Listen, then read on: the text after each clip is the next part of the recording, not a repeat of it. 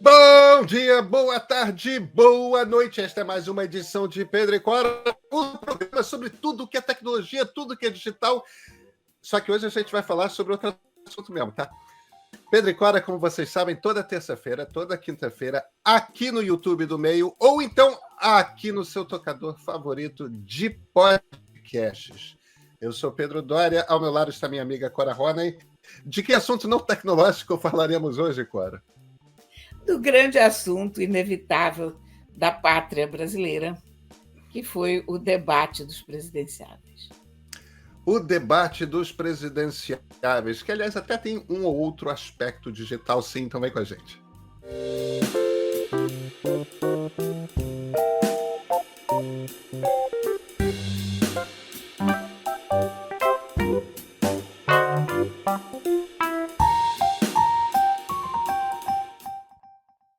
Cora Roney, como é que foi seu domingo de debate? Assistiu o debate?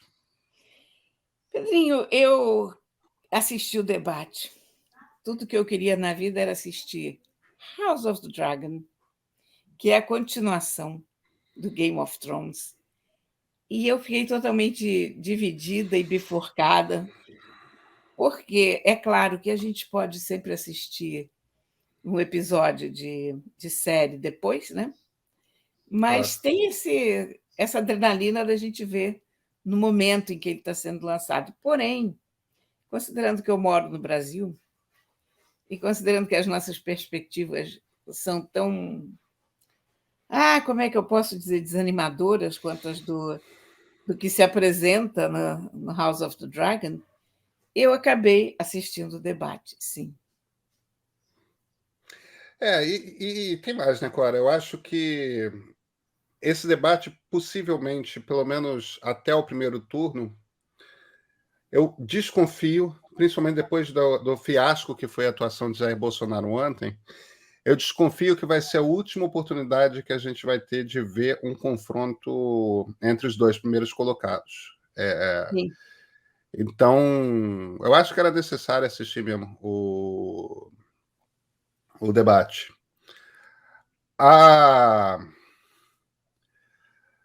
Convencionou-se já, e olha, eu tô bastante seguro com isso, né? Mas todas as análises que saíram, inclusive análises internas do PT, tá? Não que analistas tenham escrito, mas eu conversei com uma pessoa do PT e colegas conversaram com pessoas da estrutura do PT, todo mundo meio que está concordando que Simone Tebet é a grande vencedora do debate e que Jair Foi. Bolsonaro é o grande derrotado, e todo mundo estranhando muito a ausência do Lula brilhante, né? Que é um cara que tem uma habilidade de comunicação ímpar, tem um carisma incomparável com qualquer outro político.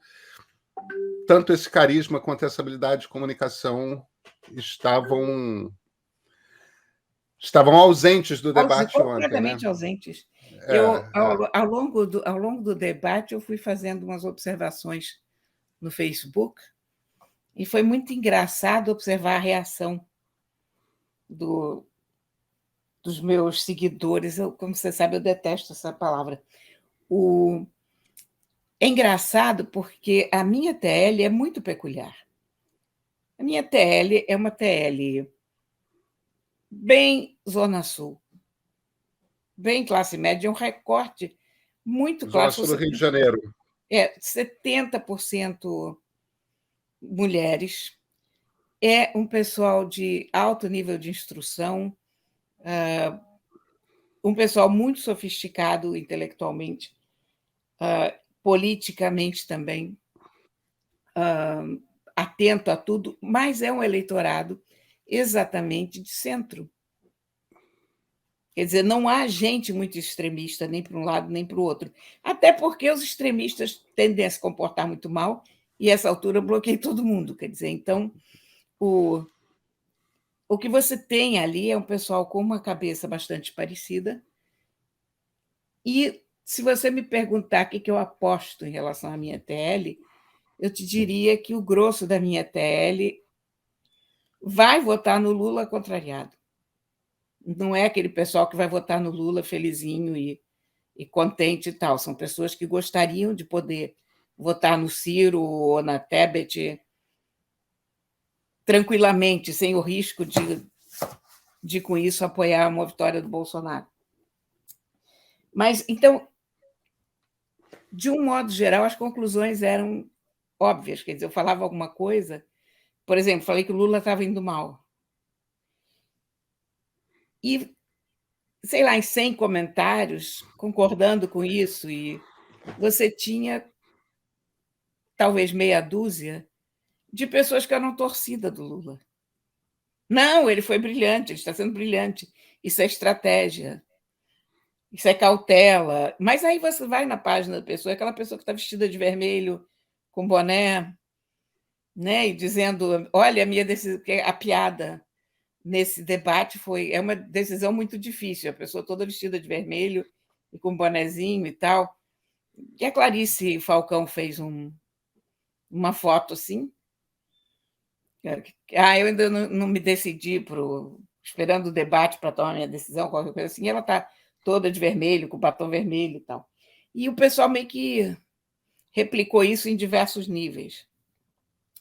Então, se você tirasse as torcidas, você tinha um recorte claro de como o debate estava indo para o pessoal que ainda não se decidiu ou para o pessoal que não está contente com a possibilidade de votar nem Lula nem Bolsonaro. Então, houve isso, quer dizer, o grosso das pessoas achando que o Lula estava muito esquisito, que o Lula não tinha ido. Quer dizer, que ali havia uma pessoa cansada, ultrapassada, sem carisma, porque não é o caso dele de jeito nenhum, nós sabemos disso. Eu fiquei muito espantado porque o primeiro embate, logo a primeira pergunta, Lula e Bolsonaro. E o Bolsonaro ia fazer a pergunta, era evidente que a pergunta ia ser sobre corrupção, porque esse é o mote do Bolsonaro contra o Lula. E nós todos sabemos, porque já aconteceu no Jornal Nacional, que o Lula tem uma resposta para isso de campanha. E a resposta é: olha, governos têm corrupção, no meu governo investigava-se. O que é verdade. Pois é. O que é verdade. Tinha um Ministério Público funcional, o Ministério Público não era amigo do rei, tinha comando na Polícia Federal, a Polícia Federal não estava a serviço do rei. Então, o Mensalão foi investigado,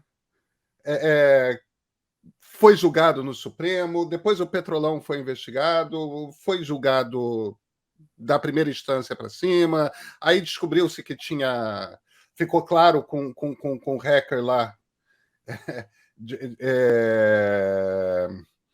de onde é mesmo? De qual cidade? Araraquara? O hacker de Araraquara. É o Arara Hacker.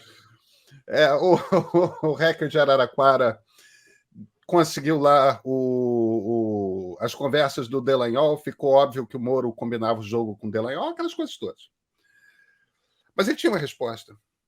Ele não deu a resposta. Não. Bolsonaro provoca ele com um troço para o qual ele tem resposta. É claro que vai ficar: você é feio, você é mau, você é isso, você é aquilo. É claro que ia virar uma coisa assim, mas é isso que é. Não, e outra, em que o que tem de corrupção para votar no colo do Bolsonaro não é pouca coisa. Isso, não. Mas é isso. E Né? a resposta perfeita para o Lula numa situação dessas é essa: o Bolsonaro, você não investiga. Você bloqueia tudo quanto é investigação.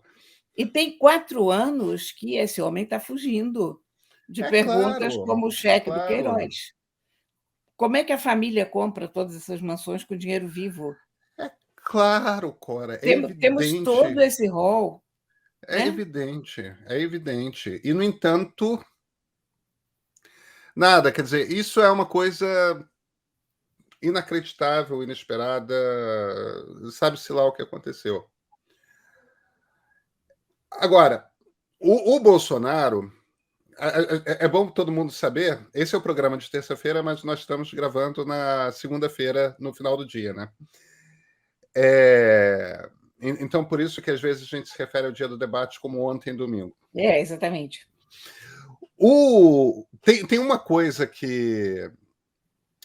que me espanta é o Bolsonaro, isso eu estava comentando na CBN, eu comentei tanto também no ponto de partida. O Bolsonaro foi lá com o objetivo de criar videozinhos curtos para Zap, para Telegram, para TikTok, para Quai e tudo mais. Esses vídeos que ficam. Então ele ficava ali, de vez em quando dava aquela coisa mais histriônica, né? Ex-presidiário, tudo mais, Bolsonaro sendo Bolsonaro. E por quê? Porque o debate, mesmo que tenha tido uma boa audiência, e para um debate teve uma boa audiência, atingiu 1 milhão de domicílios em média. Cora, 1 milhão de domicílios, para você ter uma ideia, é 13,3 pontos de audiência no Ibope. Tanto Lula quanto Bolsonaro no Jornal Nacional, cada um passou de 30 pontos de audiência. Então, a gente está falando de uma quantidade abissalmente menor de audiência que teve. Mas o que é importante são esses videozinhos curtos e tudo mais. Aquele momento do ataque do Bolsonaro à nossa amiga Vera Magalhães, e eu não falo porque é nossa amiga, porque a Vera é mais do que criada, ela tira de letra essa coisa, ela sabe exatamente com quem ela está lidando e não chegou agora na profissão.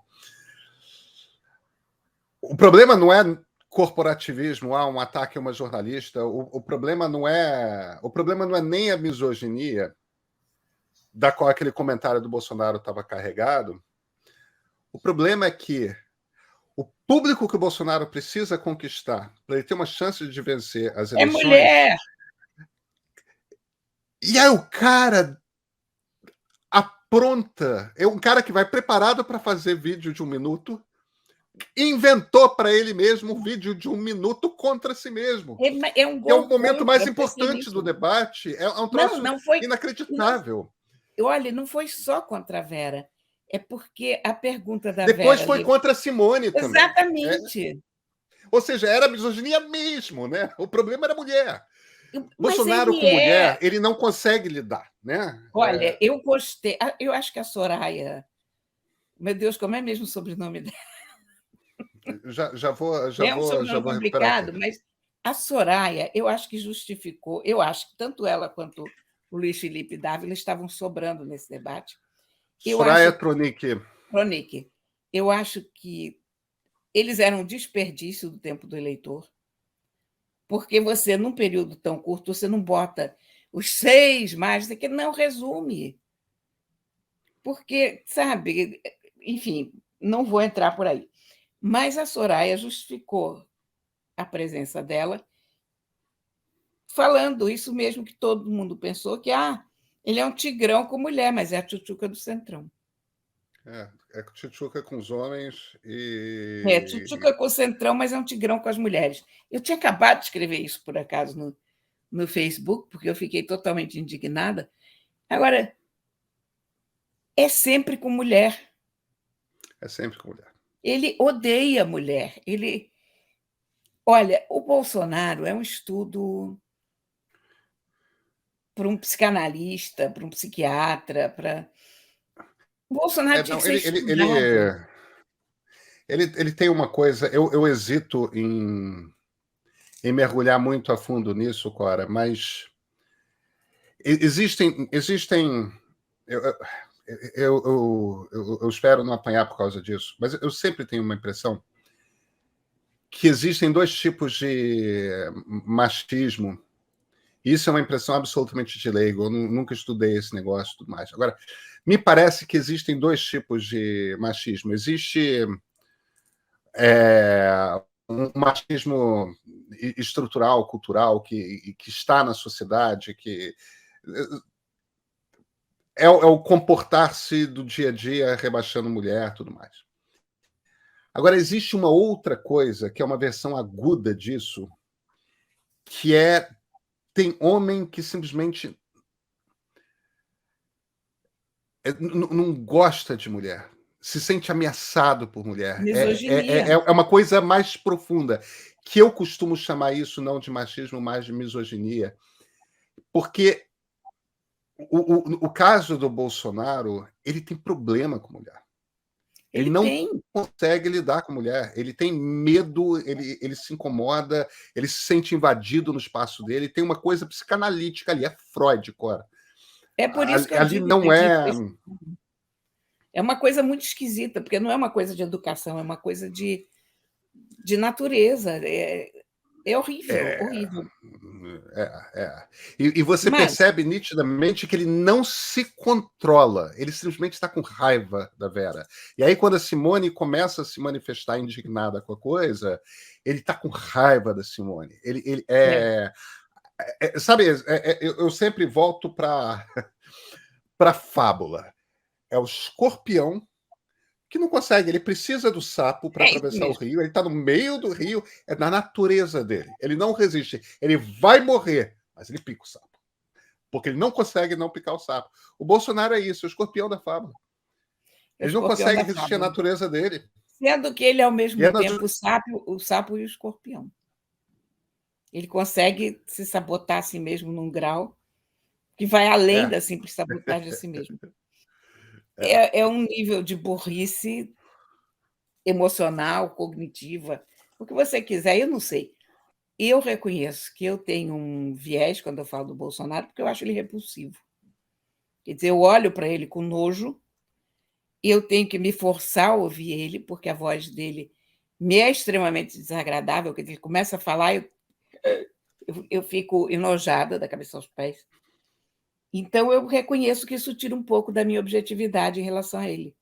Mas, por outro lado, toda essa minha reação tem uma razão de ser. Ele é uma pessoa que provoca isso. Então, o que a gente vai fazer? É parte do pacote, é engraçado, né?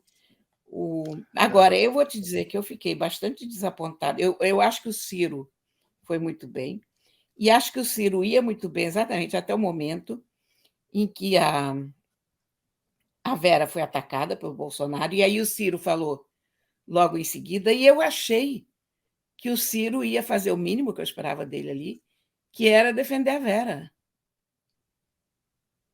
Não aconteceu. Isso não Não aconteceu. aconteceu. E mesmo a defesa que o Lula fez, no final, porque alguém deve ter soprado para ele, tipo, Lula, você não vai falar nada, tal. Então ele no fim ele diz, olha, me solidarizo com a jornalista que foi atacada e não foi capaz de dizer o nome da Vera. Isso é uma Quer dizer, coisa as mulheres engraçada. é que defenderam ela bem, É, tanto a é. Simone quanto a Soraya. Aliás, as duas foram bastante bem, eu acho, em termos de. A Simone, sobretudo, A, acho que a Simone foi a vencedora do debate. É, o que é claro para mim, o que fica claro para mim é que é que aí eu acho que sim bate naquilo que a nossa amiga Cris Phoebe chama de machismo estrutural da sociedade. Os homens ali não perceberam, cara. Eles não perceberam a gravidade da ofensa. Eles não Será que eles não perceberam. perceberam? Não perceberam, porque o instinto deles como políticos seria se sair bem da história. Olha que absurdo isso, aquilo. E todos precisaram ser avisados que eles tinham de se pronunciar a respeito. Enquanto que a Simone reage imediatamente, enquanto o Bolsonaro está falando, e a Soraya Tronic, no momento em que ela tem a fala, ela já quer falar sobre a Vera, aí E já ela. falou no Tchutchuca do Centrão. Exatamente, quer dizer, enquanto que para as duas reagir àquele ataque foi absolutamente natural. E você vê, a Soraya Tronic, uma candidata conservadora, a Simone Tebet, uma candidata liberal, nenhuma das duas candidatas de esquerda. E, no entanto, para elas foi, porque são mulheres, porque vivem isso, porque lidam com isso, para elas foi uma coisa absolutamente. Os homens presentes ali. O Ciro terminou comentando, o Lula terminou comentando, todos depois do intervalo. Luiz Felipe O Dávila, Dávila, eu nem me nada, lembro se comentou. nada, não comentou, não comentou. Mas eu achei, escuta, o Dávila, eu achei a pessoa mais fraca ever. Eu não tinha muita ideia, eu confesso para você, eu não tinha muita ideia quem era. E preferia continuar não tendo. Eu podia ter a ilusão de que, ó, há esse candidato, né, que infelizmente ninguém prestou atenção, mas não, é engraçado, né? O Partido Novo foi o mais antigo de todos, na postura, nas ideias, na É, colocação. eles quiseram ali, alguns deles eu tenho certeza que o objetivo era esse, criar um partido liberal, e eles criaram, na verdade, um partido conservador em que vários dos deputados têm uma atração inexplicável com Jair Bolsonaro. Então, é um partido, eu acho, que cometeu suicídio ao nascer. Foi. Nessa. Mas, enfim, eu acho que não vale nem a pena ficar muito Não, estendendo ali a coisa. A gente tem que falar sobre Simone Tebet um pouco mais, me parece. A gente fez uma eu acho, análise do com Bolsonaro, a gente certeza. fez uma análise do Lula. A Simone está com. A melhor pontuação em pesquisa que eu vi da Simone é de 4. Em geral, ela aparece com 2 ou 3. Se ela tiver ganho 2 pontos, uma coisa imensa, digamos que ela vá para 6, encoste no Ciro. Ainda assim, a gente está falando de alguém que está disputando a possibilidade de chegar em terceiro. A gente não está falando de alguém com chances eleitorais. O que me parece que a Simone está fazendo, que a Simone está construindo, é uma campanha à presidência em 2026, né? Sim. Mas eu acho E que a presença dela foi muito importante nesse debate, não só para a gente conhecer ela melhor, porque eu acho que ela foi muito melhor no debate do que na entrevista da Globo, porque na entrevista da Globo ela parecia uma pessoa totalmente ensaiada e dentro de um script, não me passou nenhuma empolgação.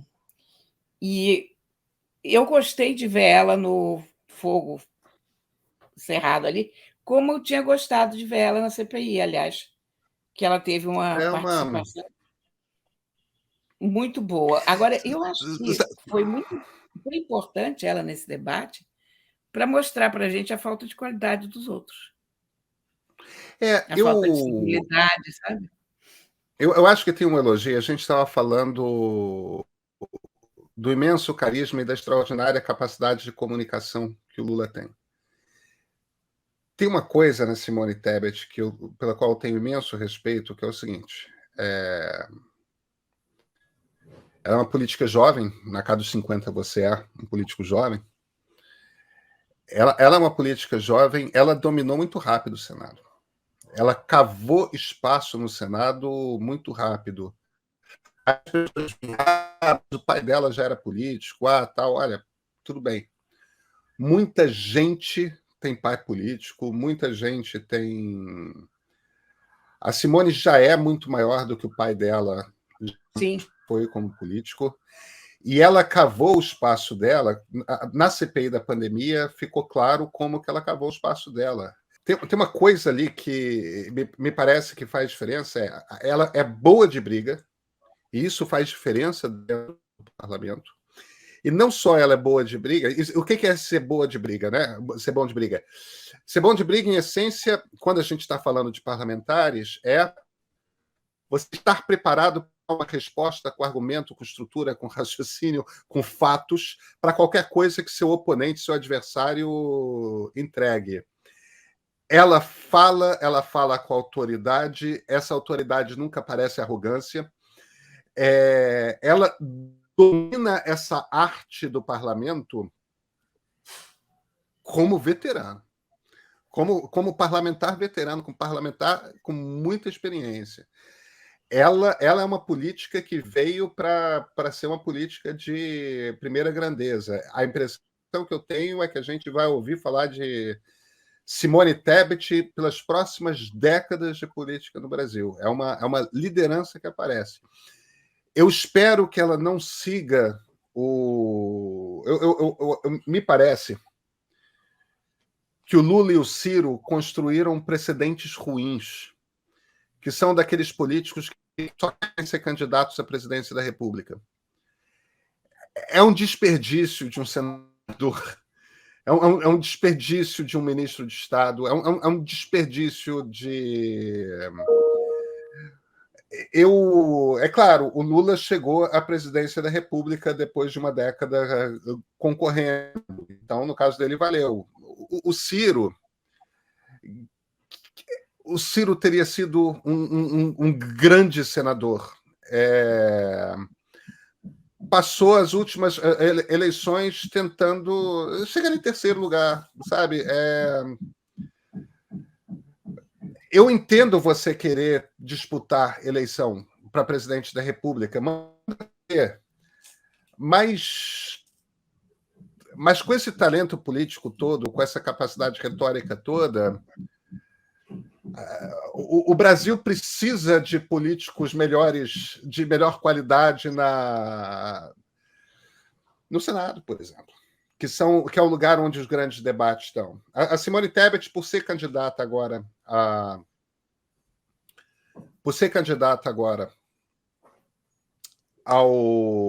presidência da República, ela não é candidata ao Senado, então ela vai deixar o Senado. Ela está terminando os 8 anos de mandato. Eu, sinceramente, espero, Cora, que, de repente, ela vá ser ministra do Lula, que ela... Não sei, eu espero que ela não suma, sabe? Eu também. Porque a gente está precisando de político de boa qualidade no Brasil atuante. A gente precisa de mais disso na esquerda, no centro, na direita. Essas lideranças novas que surgem, elas não podem ficar no esporte de ser candidata à presidência da República sempre, e qualquer coisa é menor do que... Eu acho que o Ciro cometeu um erro grande nessa obsessão dele, porque ele privou o Brasil do senador que ele poderia ser, sabe? É verdade, e é possível que ele, tendo sido um bom senador, e como ele seria, de fato, o caminho dele para a presidência fosse mais simples. É possível, é possível. Não, e sabe uma coisa que eu acho importantíssima na Simone Tebet? É que eu acho que nós precisamos de mulheres nesses papéis. Muito. Claro, eu concordo. Sabe? Então, e não é por uma questão, vamos botar um número de mulheres igual ao número de mulheres, número de homens, ou, enfim, vamos botar 4. Não é isso, não, gente. É a questão, por que a gente precisa de mulher? Porque as mulheres fazem perguntas diferentes, porque as mulheres têm saídas diferentes para os problemas, porque as mulheres encontram respostas diferentes do que os homens encontram. E nós, até aqui, viemos comandados por homens, e conforme a gente pode ver, não deu muito certo. Então, né, quem sabe? Cora, a gente viu no debate por que precisamos de políticas mulheres. Elas reconheceram imediatamente aquilo que os homens não viram. Isso é a demonstração que não tem nada a ver com ideologia, se você é de esquerda, de direita ou de centro, tem gênero, com experiência de vida, com uma vida vivida. São experiências diferentes, e são relacionamentos com a vida diferentes, são relacionamentos com a sociedade diferentes, os calos estão em outros lugares, quer dizer, e são maiores. Então faz falta. Cora, você, enquanto Matilda te dá unhadinhas de amor aí, você tem um livro para nos mostrar? Eu tenho um livro para mostrar. Aliás, eu vou explicar antes para quem está aqui no YouTube com a gente, porque foi que eu tirei meu colar. Aliás, acho que eu nem preciso explicar. Eu tento, gente, me produzir aqui para o YouTube, botar um colarzinho e tal, mas aí vem um gato para o meu colo, e se ela continuasse aqui, é que estava fora do campo de visão, e ela estava tentando estraçalhar o meu lindo colarzinho de pedrinhas de madeira. Para quem não está no YouTube, porém, eu digo o seguinte: eu e o Pedro, a gente fala sempre com uma estante às nossas costas. E eu, desde o começo do nosso podcast, eu sempre tenho um livro com a capa virada para para frente, porque eu fico naquela doce esperança de que as pessoas prestem atenção no livro que está às minhas costas e se interessem por esse livro. Então, nós vamos, às terças-feiras, falar sobre o livro que está de capa virada para frente. Olha, e essa semana o livro é esse daqui. Esse livro, agora virei para vocês. O livro se chama Inglês August, uma história indiana, e é do Upamânyu Chatterjee. É uma edição linda da Carambaia, você vê cortes coloridos, capa dura, enfim, todo aquele capricho que eles têm com o livro. Agora, o que é esse livro aqui? Esse livro é uma ótima tradução do José Geraldo Couto, de um dos livros mais interessantes que eu li sobre a Índia. Aliás, sobre a Índia só não. Esse aqui é um dos grandes romances de formação indianos, aquela comparação que todo mundo faz sempre. É o apanhador no campo de centeio indiano. Não, não é o apanhador no campo de centeio indiano. É um livro totalmente indiano.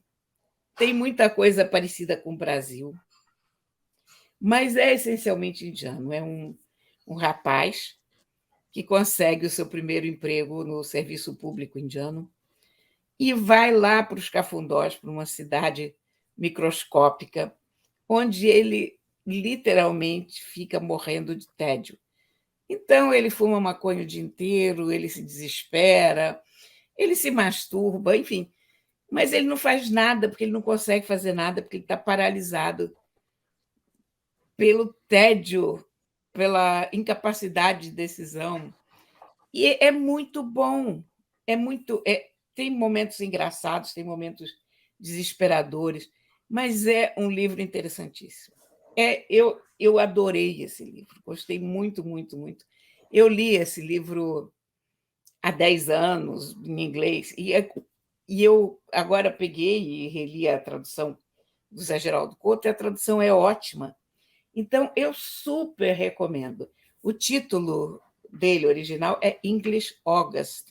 E esse título por quê? Porque o nosso personagem, o nosso herói, se chama Agastya, que é um nome clássico indiano, vem dos Vedas, e já é tão ultrapassado que as pessoas chamam ele de August, ou então pura e simplesmente de inglês.